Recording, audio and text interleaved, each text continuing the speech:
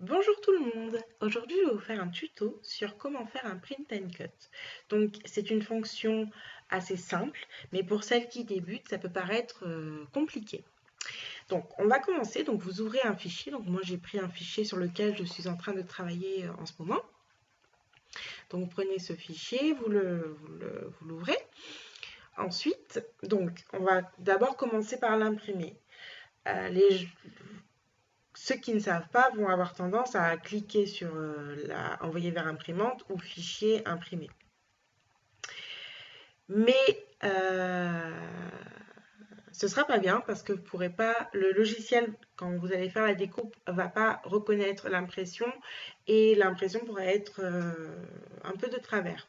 Donc ce qu'il faut faire, c'est que vous allez ouvrir ici la fenêtre des paramètres de la page design.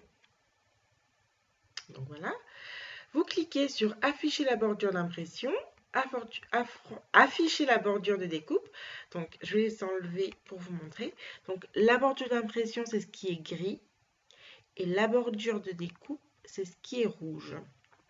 Donc ça vous montre les limites à ne pas dépasser pour la découpe et pour l'impression. Mais c'est pas tout. Ensuite, vous allez ouvrir la fenêtre des repères d'alignement. Cliquez sur style ici et vous mettez type 1 caméo portrait. Et donc là, vous avez votre petit carré qui va s'imprimer lorsque vous allez faire l'impression. Et quand vous allez mettre dans la machine, le logiciel va reconnaître les petits carrés et pourront voir où a été imprimé votre fichier. Donc là, on retrouve la bordure de découpe qui est en rouge et la bordure d'impression.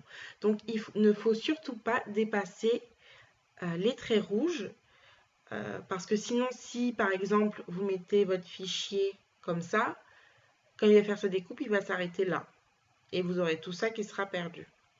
Donc vous mettez bien votre fichier au milieu. Ensuite, vous pouvez faire fichier, imprimer, donc vous faites votre impression.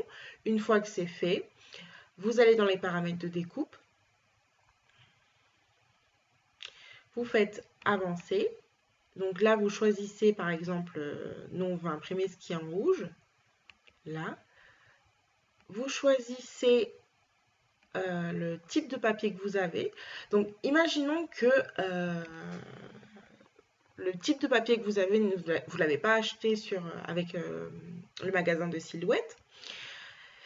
Et vous avez une feuille, il n'y a pas, le type de lame, etc. Donc, ce que vous devez faire, ce que je vous conseille plutôt, c'est de rajouter, pour pouvoir enregistrer le type de papier, donc vous cliquez sur plus. Donc là, par exemple, je vais mettre feuille, papier, machine. Donc voilà. Je baisse le curseur. Donc là, ici, vous choisissez à quelle mesure vous souhaitez mettre votre lame. Donc pour une feuille papier machine qui fait à peu près 80 grammes, on va mettre sur 1. Ici, vous mettez, si vous voulez dessiner, c'est stylo à dessin. Si vous avez l'ancien cutter, vous mettez rien. Si vous avez les nouveaux cutters avec les bouchons, capuchons bleus, jaunes et roses, vous mettez ce que vous avez. Donc moi, je vais mettre rien.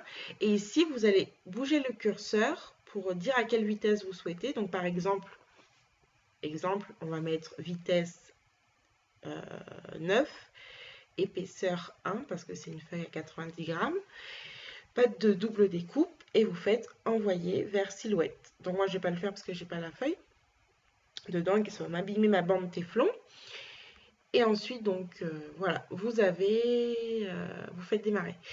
Et quand vous allez lancer la découpe, il va passer sur ces 3 repères, et ensuite vous faire la découpe.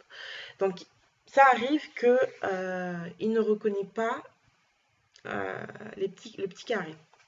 Donc, ce que je vous conseille, c'est enfin non, vous pouvez d'abord repasser sur le petit carré noir avec un feutre noir, parce qu'à cause de la lumière, par exemple, si votre papier est irisé, donc il ne va pas bien prendre la couleur d'impression du noir, donc il ne va pas pouvoir le détecter, donc vous repassez sur le noir. Et si ça ne marche toujours pas, ben, vous jouez avec les lumières, c'est-à-dire vous vous mettez dans le noir, vous fermez les rideaux, etc. pour empêcher qu'il y ait les rayons de soleil. Donc voilà, j'espère que la vidéo vous servira et je vous dis à très bientôt. Au revoir.